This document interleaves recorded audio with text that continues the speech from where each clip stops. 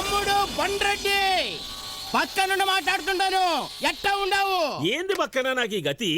పులి లెక్క సీమలో దర్జాగా మీసాలు మెలిపెట్టుకుంటూ తిరిగేటోడిని ఇట్లా సముద్రాలన్నీ దాటుకొని వచ్చి పచ్చి లెక్క ఈడ దాక్కోవాలంటే తల తీసేసినట్లు ఉండాది. దాక్కోపోతే నిజంగానే తల తీసేస్తారు. మన అపోజిషన్ వేటకోవడంతో నిన్ను వేటాడడానికి తెగ తిరిగేస్తున్నారు.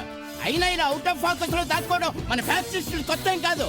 నరసింహానాయుడు నుండి సమరసింహారెడ్డి దాకా, ఇంద్రసేనారెడ్డి నుండి ఆదికేశ్వరరెడ్డి దాకా ఇది కామనే. ఈడ ఉండలేకపోతానన్నా మన ఊరు వచ్చేస్తా. నీ సీమ భక్తి పాడుగాను. సీమ భక్తే పాటిమన్నా అంటే మన వాళ్ళు అందరూ ఉంటారు, ధైర్యం ఉంటాది. ఈడ ఒక్కడిని ఉండలేక భయంతో ఒడుగు పుట్టి సస్సాండా. బండరెడ్డి మన ఫ్యాక్టరీ పక్కలో బాంబులు పడినా సరే బెదరకూడదు. అయ్యో బాబోయ్! ఏం లేదు మన స్టాఫ్ అంతా అలర్ట్ గా ఉన్నారో లేదో అని చిన్న టెస్ట్ చేశాను. బాగా అలర్ట్ గా ఉన్నారు. నువ్వేం గాబరా పడకుండా హ్యాపీగా రెస్ట్ తీసుకో. ఇంకా ఎన్నాళ్ళన్నా? అమ్మీ తోడు 6 రోజుల్లో అల్ని లేపేస్తా. కత్తులతో కాదు, చంపించేస్తా. అదెట్లా? నేను ఇక్కడ 2 మానవ బాంబులను రెడీ చేయిస్తున్నాను. వాళ్ళ చేత ఫుల్ గా తినిపించి మన అపోజిషన్ వాళ్ళ మధ్యగా పంపించి 2 గ్యాస్ బాంబులు వేయించేస్తాను. ఆ వాసనకి మన అపోజిషన్ వాళ్ళు మాడి మసైపోతారు. మీరేంట్రా మీరు ముక్కులు మూసుకున్నారు? అది నేను వదిలిన గ్యాస్. గ్యాస్ ఎవరిదైనా కంపు కామనే కదన్నా. రైటే అన్నట్టు తమ్ముడు, వాళ్ళు ఎక్కడికి వచ్చినా రావచ్చు. ఎవరిని నమ్మొద్దు. అందరినీ ఒక కంట కనిపెట్టుండు. జాగ్రత్త.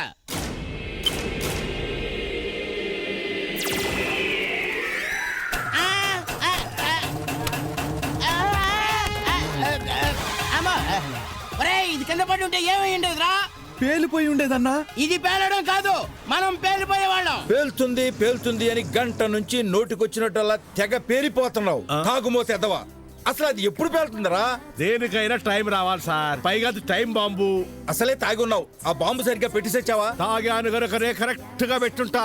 ఏమిటో నాకు పిచ్చ టెన్షన్ గా ఉందరా. మీకెందుకు సార్ టెన్షన్? ఉంటే గింటే ఆ హోటల్లో ఉన్నవాళ్ళకు ఉండాలి కానీ. అలా కథలో టెన్షన్ స్టార్ట్ అయింది. ఏం చెప్పావని? నాకేవి అర్థం కాలేదు. అదేంటమ్మా, తమిళ రైటర్ తెలుగు స్టోరీ చెప్పినంత క్లియర్ గా చెప్పింది అర్థం కాలేదంటారు? అదే మరి నీ గొప్పతనం. తనకే అర్థం కాలేదంటే ఇక మా దువ్వలో కామనాడికి ఏమర్థం అవుద్ది? వాళ్ళు మీ అంత తెలుగు తక్కువలేం కాదులేండి. సెటైర్లు వద్దురు, స్టోరీ చెప్పు. ఓకే, కట్ చేస్తే. ఎన్నిసార్లు కట్ చేస్తావురా? గతంలో నువ్వేమన్నా టైలర్వే? అండోయ్, నన్ను అంత తక్కువ అంచనా వేయకండి. 100 సినిమాల పైగా క్లాప్ కొట్టాను. చీఫ్ గెస్ట్ గానా? కాదు, అసిస్టెంట్ గా. నాకు ఇప్పుడు కథ నచ్చకపోతే నువ్వు మళ్ళీ అదే పని చేసుకోవాలి. క్లాప్ కొట్టడం. ముందుకెళ్ళు. ముందుకెళ్ళమంటే ఆ ముందుకు కాదురా, కథలో ముందుకెళ్ళమని. ఓకే, ఇప్పటి వరకు క్యారెక్టర్ ఇంట్రడక్షన్ మాత్రమే అయింది. అస్సలు నాట్లు ఇప్పుడు వేస్తా. నాట్లేయడానికి ఇదేమన్నా పొలమా, ఫిల్ము?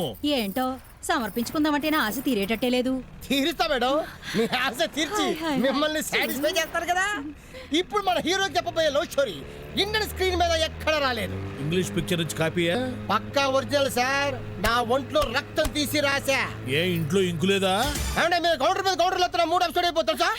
అంటే నువ్వు ఇప్పుడు మూడ్లో ఉన్నావా? బాబు అరంకార్, అందుకు నేను ఒకటి ఇక్కడ ఉన్నానన్న సంగతి మర్చిపోతున్నావు. కంట్రోల్ చేసుకుని కథలోకి వెళ్ళు. ఓకే, ఇప్పుడు హీరో మూడిగా ఉన్నాడు. ఓహో, తీక్షణంగా ఆలోచిస్తున్నాడు. ఓహో. అతని ఫేస్ మీదకి స్టడీగా వెళ్ళింది. హీరో మెల్లగా గతంలోకి జారుకున్నాడు.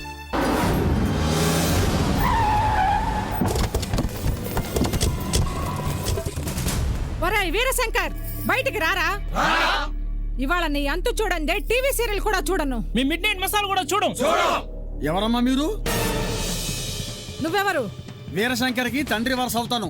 ఈవిడెవరు? మిస్అండర్స్టాండ్ చేసుకోవద్దు. నాకు భార్య వరుస, నా కొడుక్కి తల్లి వరుస అవుతుంది. ఓ, వాడి తల్లిదండ్రులు మీరేనన్నమాట. అన్నమాట కాదు, ఉన్నమాటే. ఇంతగా మీకేం కావాలి? మా ఇల్లు ఏమన్నా కోర్టా? మాకు న్యాయం జరగాల్సింది కోర్టులో కాదు, ఇక్కడే. ఎందుకంటే ముద్దాయి మీ ముద్దల కొడుకే కాబట్టి. ముద్దాయి నా కొడుక? వీరశంకర్, వీరశంకర్, వీరశంకర్! కోర్టు గుమస్తాలాగా అలా అరుస్తావేండి నాన్న? నువ్వేదో అన్యాయం చేశావంటున్నారా వీళ్ళు? అసలు ఏం జరిగింది? మినీ టీవీ టవర్ లో పక్కనే ఉన్నాడుగా, అడగండి మీ వాడిని. ఏం మీరు చెప్పరా? మీ కొడుకు ఏం చేశాడో తెలుసా? ఎందుకు తెలీదు? MBA చేశాడు. ఆ చేయడం కాదు. ఓ, రీసెంట్ గానా? పొద్దున్నే టిఫిన్ చేశాడు, మధ్యాహ్నం భోజనం చేశాడు, ఇంతకు ముందే స్నానం చేశాడు. అది కాదే. మరి ఇది నా కూతురు. Nice to meet you. నా కూతురు నీ కొడుకు ఒకే కాలేజీలో చదువుకుంటున్నారు. తప్పే ఉంది, అది కో ఎడ్యుకేషన్ కాలేజీ. చదువుకోవడం తప్పు కాదు. నీ కొడుకు ఫ్రెండ్షిప్ పేరుతో నా కూతురికి బాగా దగ్గరయ్యాడు. తప్పే ఉంది, స్నేహం అంటే ప్రాణం ఇస్తాడు. ఏడు వీడు వీడు స్నేహం చేస్తే పర్వాలేదు, మరి? ఇంకా చాలా చేశాడు. లేటెస్ట్ గా దీనికి పొట్టొచ్చింది. అదే డైలీ మార్నింగ్ వాకులు చేయించు. ఇది మార్నింగ్ వాకులు తక్కువే వచ్చిన పొట్ట కాదు, మీ వాడి నైట్ వాకులు ఎక్కువై. ఇప్పుడు దీనికి 3వ నెల పొట్ట. మమ్మీ దీన్ని పొట్ట అనరు, కడుపు అంటారు. కడుపు చేశాడా? నెవర్. మా వాడికి కడుపు నిండా తిండి తింటమే తెలియదు. నా కడుపులో పెరుగుతున్న మీ మనవడి మీద ఒట్టు. ఏమిట్రా ఇది? పిట్ట బాగుంది కదా అని సైట్ వేసాను, పొట్టొచ్చింది. నన్నేం చేయమంటారు? ఏదైనా ముందు జాగ్రత్త చర్యలు తీసుకురావచ్చుగా. పెద్దవారు మీరే ఏదో ఒకటి చెయ్యాలి. ఎంతవరకు వచ్చిన తర్వాత నేను మాత్రం ఏం చేయగలను? ఎవరైనా మంచి డాక్టర్ని కలవండి. మీ అబ్బాయి చేసిన పనికి వాడెందుకు చేసుకుంటాడు? అందుకు కాదో ఈ అబార్షన్ కోసం. అంటే మీ మనవడిని డాక్టర్ చేత మర్డర్ చేయించేస్తారా? పోనీ ఓ 25,000 ఇస్తాను, తీసుకెళ్లి డెలివరీ చేయించు. నువ్వు అసలు మానవుడివేనా? నీ మనవడికి ఎక్స్గ్రేషియా కింద 25,000 ఇస్తానంటావా? ఎక్కువ? పోనీ 10 తీసుకో. మీరు ఆగండి, ఇది డబ్బుతో తీరే సమస్య కాదు. చెక్కు బెటర్ అంటావా? చెప్తా ఏది బెటర్. చెప్తానని లోపలికి వెళ్తున్నాంటి మమ్మీ. దొడ్డిదారిన పారిపోతుందేమో.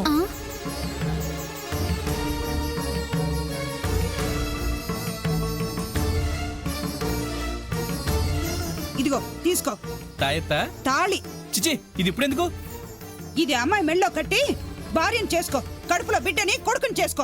నువ్వు తొందరపడి వస్తున్నావు. తొందరపడింది మన అబ్బాయి అండి. ఇదిగో కట్రా. అమ్మా నీకు మ్యాటర్ తెలియదే. ఇంత జరిగాక ఇంకా తెలిసేదేంట్రా? కట్టు. అమ్మా కట్రా.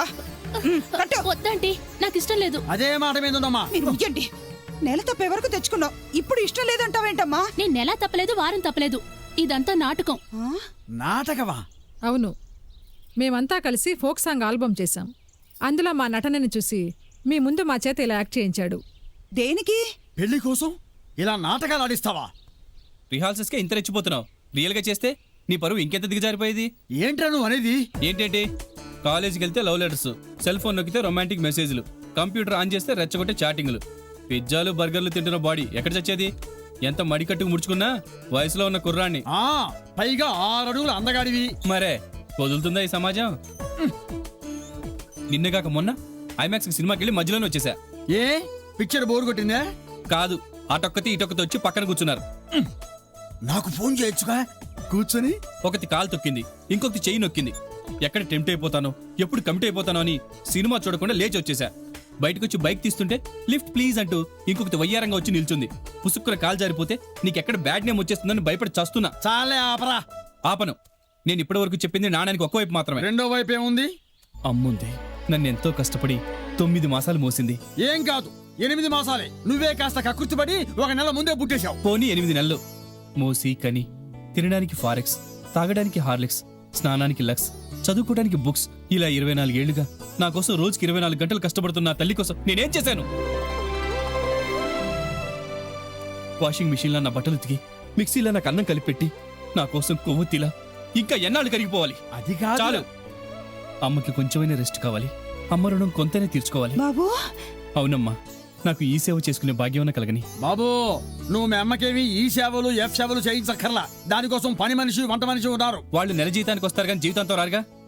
అందుకే అమ్మని అమ్మలా చూసుకోవడం కోసం నేను అమ్మాయిని పెళ్లి చేసుకుని ఇంటికి తీసుకొస్తే అమ్మకి తోడుగా, సినిమాకి వెళితే నీకు తోడుగా, అమ్మకి వంటలో సాయం చేస్తూ, నీతో కాపరం చేస్తూ, నోరు మొయ్యరా, పైగా మదర్ సెంటిమెంట్ ఒకటి. చూసావురా, ఆయన కోసం ఏం చేయట్లేదని ఆ ఏడుపు. ఏడోకు, నీకో బాలమిత్రుడిని కనిస్తా. ఆడికి నీ పేరు పెట్టుకుని ఆడుకుందు గాని.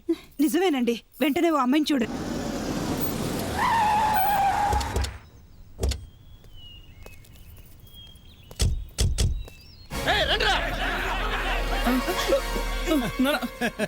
కంగారు పడకు, నీకు పిల్లనిచ్చే మామగారు సీమసింహం, ఈ ఏరియాలో ఫేమస్ ఫ్యాక్షనిస్టు.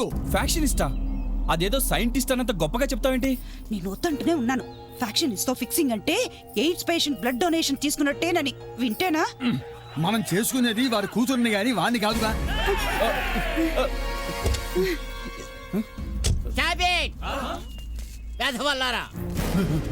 పెళ్లి చూపులకు వస్తే తిడుతున్నాడేంటి? మిమ్మల్ని కాదు, మా తెల్ల పంచల్ని.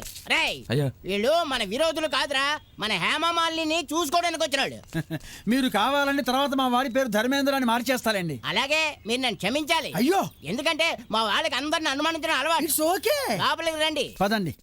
రండి, అలా కూర్చోండి. అలాగే అలాగే. బిడ్డ బాగున్నాడు. నా పోలిక రాలేదండి. అందుకే బాగున్నాడు. హలో ఆ 2 బాంబులు వేసి లేపేయండి. ఎవరిని? మిమ్మల్ని కాదు ఏమైనా పీసెస్ అక్కడక్కడ మిగిలితే పార్సల్ చేసి శ్రీనివాసరెడ్డికి పంపించేయండి. ఏవో మా ఫ్యాక్షన్ గొడవలండి, మీరేం పట్టించుకోకండి.